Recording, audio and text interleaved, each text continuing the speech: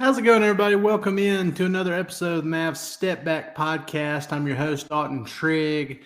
I wanted to come on here today and just talk about these last few Mavs preseason games. We're getting very close to the start of the regular season, about a week away now, a little over a week from when the Mavs will take on the San Antonio Spurs. First official game of the new season.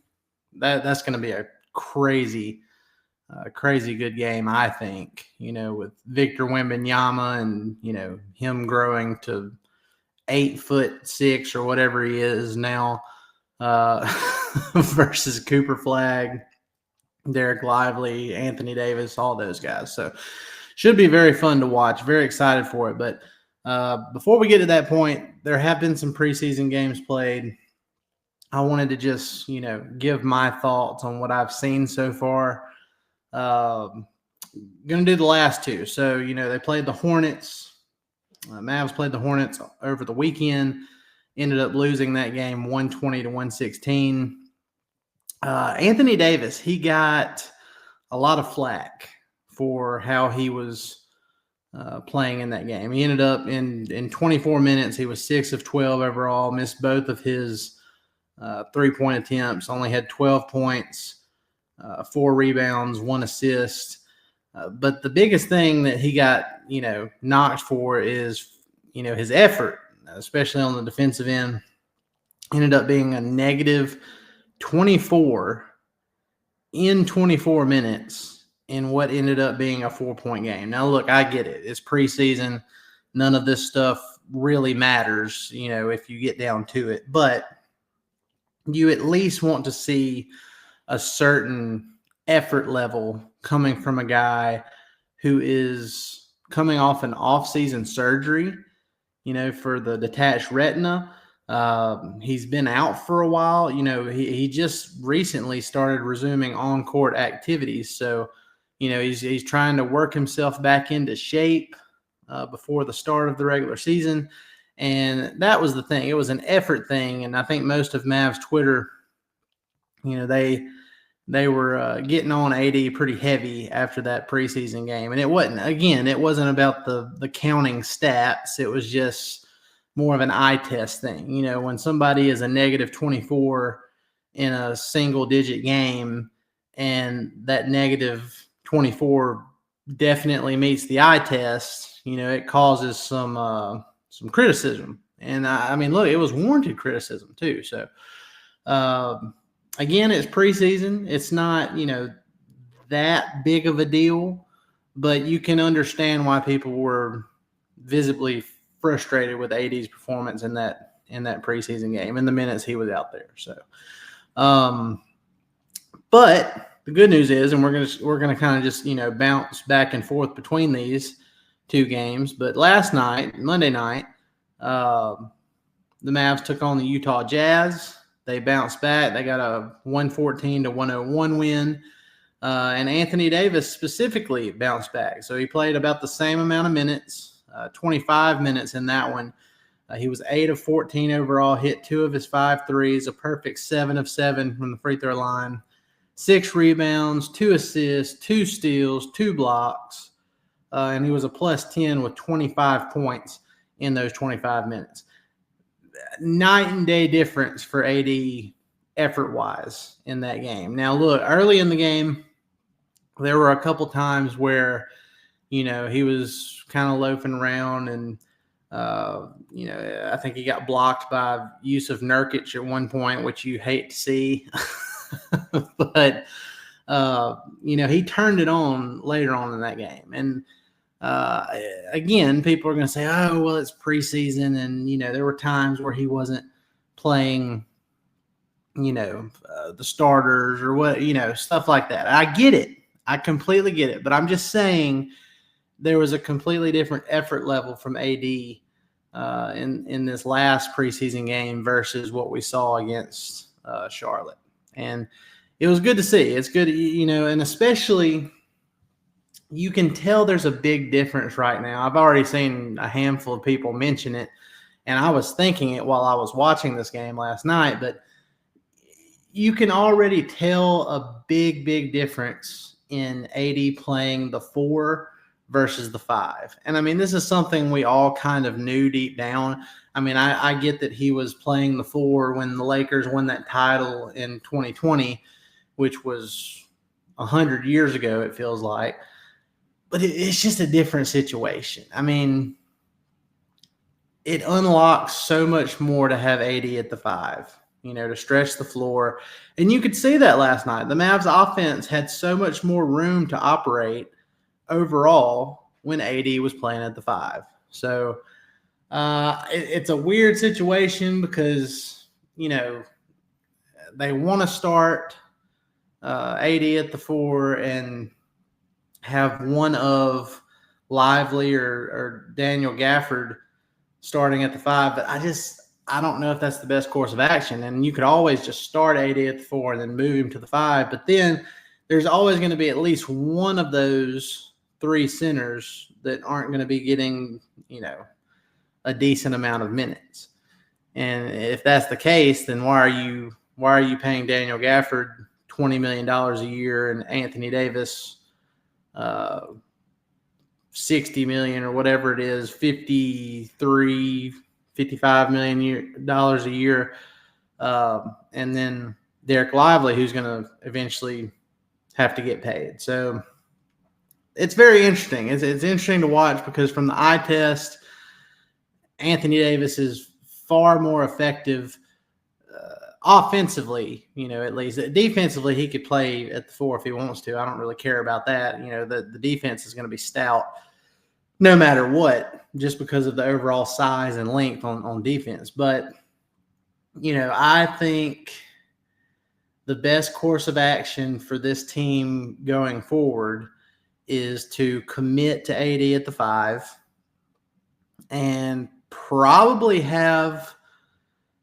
Derek Lively committed to the backup 5 off the bench, and then you can look to trade Daniel Gafford for some, two-way guard help because you're going to need it. I mean, yeah, from what I've seen so far, and look, this is nothing, no disrespect at all to D'Angelo Russell or Dante Exum or Brandon Williams or Dennis Smith Jr., Ryan Nimhard. No disrespect to any of those guys who have been basically the guards competing for minutes and spots in this preseason, but the Mavs have got to find a way to consolidate and, get something in the backcourt that can realistically help you get through this time where Kyrie Irving isn't there. And I'm not saying what they have right now, I'm not saying they can't patch and, possibly do that with what they have now, but I would feel better if they would commit to AD playing the 5 and then to trade Gafford to get some guard help, some what's the words, like some top tier or one of the top tier. It doesn't have to be all the way top tier, but just like maybe middle tier guard help. So,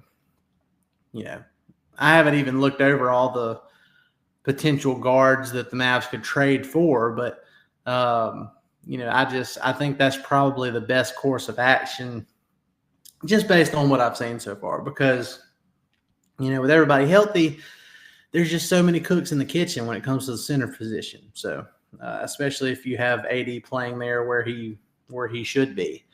So that's my thoughts on that. Speaking of centers, Derek Lively, he's been, outstanding in the limited minutes he's been out there. In that Hornets game, he played 22 minutes in the first half.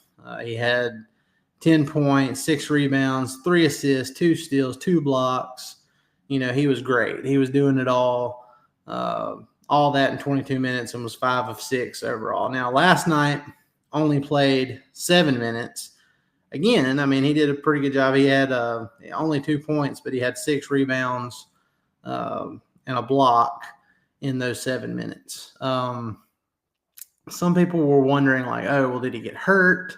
I didn't see anything said about that in post game or anything on the injury report or anything like that. I think it's just a matter of, they were playing AD at the 5, and then if you're playing AD at the 5 for 25 minutes, then you're not going to play Derek Lively at the 4. And that's what I'm saying. Like, when Daniel Gafford's healthy, that's going to be an issue for all 3 centers. It's going to be really hard to balance all that. So, that's one of my big takeaways from these last 2 games I've watched. All the stuff about Anthony Davis, it's overblown. I'm not getting too worked up over any of that. I think he's going to be fine. He just needs to be playing the correct position. And he will benefit from that. The Mavs will benefit from that as a team. He may not like playing the 5, but that's where he needs to be. That's what's going to work out best for everybody. Some other observations. Cooper Flagg, absolute stud. He's superstar, in my opinion, from day one, from what I've seen so far. Like, he's got it. I cannot believe, one of the biggest takes I have from this entire preseason, I can't believe that guy is 18 years old. Just like from not just his basketball IQ, but just like a physical standpoint too. He's just not built like a typical 18-year-old. The way he moves, which is scary because, we've seen what happened with Victor Wembanyama and Derek Lively over this past offseason. They grew, a couple inches from where they were last season. And, Cooper Flagg, 18 years old, he still has 2-3 more years to get to where Lively and Wemby are. So, he could grow too. So there's still some stuff happening there. But he's so refined, it looks like already. Now, the 3-point shooting could be better, but overall, like, his instincts are just great. Like in that game against Utah, the Mavs won, but he was only 3 of 13 from the field overall, 1 of 6 from his threes. But he hit all 4 free throws, had 11 points, 7 rebounds, 1 assist, 2 steals, 2 blocks. Just a Swiss Army knife. Did a little bit of everything. So you love to see that. One of the things I absolutely love about Cooper Flagg is his intensity and his ability to never be out of a play. There was a couple times last night where you felt like Utah was going to get a fast break layup or dunk or whatever. And, they did end up getting those at times, but like, you didn't, instead of it just being a given, you kind of had the idea a few times like, oh, Cooper might catch up to that and block it. Like, he's always lurking. Just when you think, something's about to be an easy bucket for the other team, he's lurking. He's somewhere around there. He's going to get a block. He's going to get a steal. He's very active. He's very aware of his surroundings and where he needs to be at all times, whether he has the ball in his hands or not. So that's what I love about Cooper Flagg. And again, the 3-point shooting, I'm not worried about that. That's going to come. He plays so hard on the defensive end that even if the shot's not falling, like, he's still going to have a major impact on the game. So I've just been blown away by what I've seen from Cooper Flagg so far. And look, I think Mark Stein, he joked about it on Twitter the other day about making a bold statement that Cooper Flagg is the Rookie of the Year favorite. He's right. And that's not a bold statement at all, obviously, but he's absolutely right. Cooper Flagg, I would be shocked if he doesn't make or if he doesn't win Rookie of the Year. I'd be shocked, honestly, if he didn't sneak into the All-Star game, because I just think he has that kind of talent at 18 years old. Even in the West, I think he's got that much talent. And once he's playing regular minutes, he's only been playing around like 20 minutes a game so far in preseason.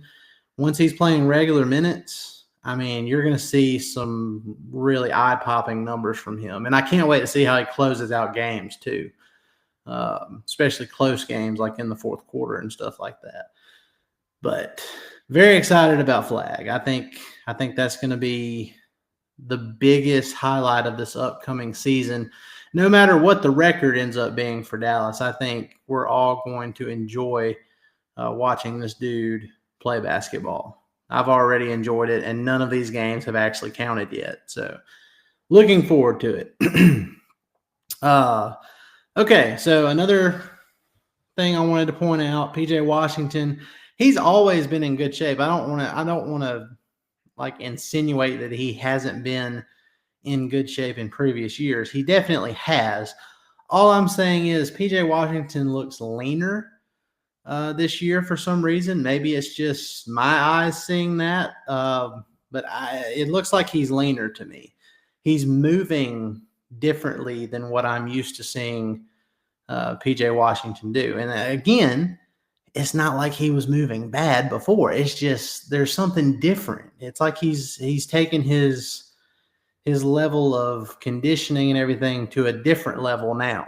And so that's just what I'm seeing. He looks leaner to me, he looks stronger, and he's moving differently. And I like what I'm seeing out of his handles too. No turnovers in that game against Charlotte. And then in the game against Utah where he started, he had 3 turnovers, but he had 6 rebounds, 3 assists, a steal, and a block. So again, another example of, you look down the stat sheet. I mean, that trio of Cooper Flagg, PJ Washington, and Anthony Davis, they're going to wreak havoc on people. You just look down there, Anthony Davis, 2 steals, 2 blocks. Washington, 1 steal, 1 block. Flagg, 2 steals, 2 blocks. Lively had a block. So, you look at those stats, and I mean, it's going to be very hard. Now, sometimes it's going to feel like a rock fight offensively because this team lacks perimeter shooting at times. But I think the Mavs can win 50-plus games if they can keep up their defensive intensity, because they're going to, even on teams that shoot a lot of threes and hit a lot of threes normally, I think if they play against this Mavs front for a full 4 quarters, there's not going to be as much lift in those legs when it comes to the fourth quarter winning time. So I think the Mavs can definitely win a bunch of games the way they're currently playing. It just may not be pretty at times. One more thing I wanted to touch on, we've been keeping an eye on the end of the roster stuff. The two-way guys have been fun to watch. Ryan Nembhard in that Utah game was crazy good off the bench. In 26 minutes, he had 12 assists to only 1 turnover and was a plus 14 in those 26 minutes. That'll do. That will do. He may end up, being on the actual roster instead of Dante Exum, who has some sort of knee injury, I think, that came up out of nowhere. He just, God love him. He can't stay healthy. So don't know what the future looks like with Dante Exum in town. He just re-signed, and the Mavs had to waive Omax Prosper in order to do that, which you hated to see. But now he's injured too, and you don't know what's going to happen. So Ryan Nembhard, like what I've seen out of him. Miles Kelly out of Auburn, he can shoot the ball very well. I don't know how to say this guy. It's number 30, and look, forgive me for not knowing the I don't even think he's a two-way guy because there's only two-way slots already taken. But Musa Sissi, maybe, is that how you say his name? I don't know. Don't crucify me for that. But number 30, he is long. He is relentless on the boards. He can block shots. I like that guy. I think at the very least he should be, getting that third two-way slot that the Mavs have. He's a bundle of energy, and he has all the measurements to be effective. You know, if not in the league, he definitely helped the Texas Legends. So, like what I'm seeing out of that guy. Dennis Smith Jr., y'all know he's my guy. I was so happy when the Mavs decided to bring him to camp. I don't know exactly what's going on there because, you know, he hasn't been playing hardly any this preseason. He's just getting these, you know, barely any garbage minutes here toward the end. I don't know if he maybe has something lined up past this preseason already with another team, and maybe he's just, you know, they're just trying to keep him from getting hurt. I don't know what the deal is, but it's not looking good for our dreams of having DSJ on the main roster going into this season. You know, it was nice to have him, you know, sign that contract and be back in Dallas for a little while, at least for training camp and preseason and all that. But unless something crazy happens here in the next week or so, it's not looking like it's going to go past training camp and preseason. But overall, I mean, look, I'm excited. I think, given the situation with Kyrie recovering from his ACL tear, which is going very well, I think all things considered, the Mavs are in a very good spot. I think they're in a spot where most of the national media is probably underrating them. You know, but I think they're in a position to where they can go out there, play with a chip on their shoulder because they're being overlooked. And because of that, they're not going to have as much pressure on them. You know, like, for example, the Houston Rockets, they were the number 2 seed last year, and then they went out and got Kevin Durant.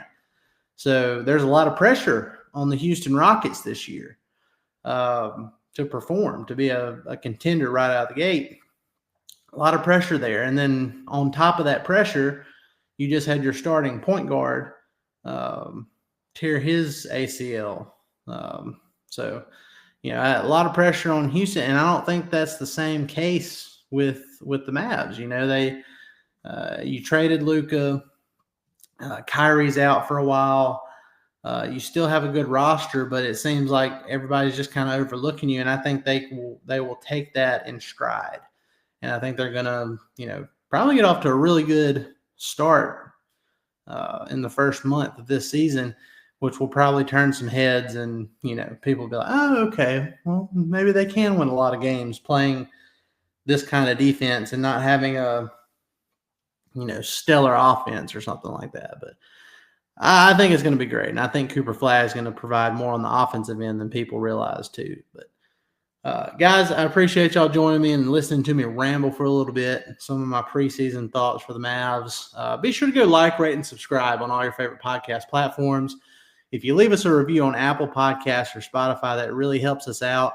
And then if you want to sign up for video pods, bonus pods, any kind of written content that we might do throughout the season, be sure to go to mavsstepback.com and put your email in. It's free. The only time we'll ever have a paywall on anything is if it's some kind of super exclusive thing that we do, which is, you know, very rarely, but any kind of bonus content, pod or written articles, stuff like that, be sure to go to mavsstepback.com. Guys, we appreciate it. We hope you have a great rest of your day. Have a great week, and we will see you next time.